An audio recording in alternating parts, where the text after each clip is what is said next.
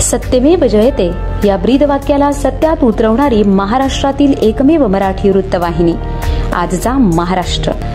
अंबाडी नाका वज्रेश्वरी रोड येथे मोठमोठे खड्डे पडल्यामुळे ट्रॅफिक जाम होऊन नागरिकांना व प्रवाशांना नाहक त्रास होत आहे।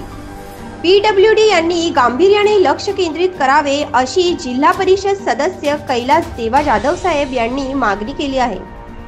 अंबाडी नाका येथे 12 कोटींचे काम अपूर्ण असताना सुद्धा पूर्ण बिल काढल्यामुळे जिल्हा परिषद सदस्य कैलास देवासाहेब यांनी काम पूर्ण व्हावे अशी मागणी बांधकाम मंत्री माननीय श्री रवींद्र चव्हाण साहेब यांच्याकडे केली आहे।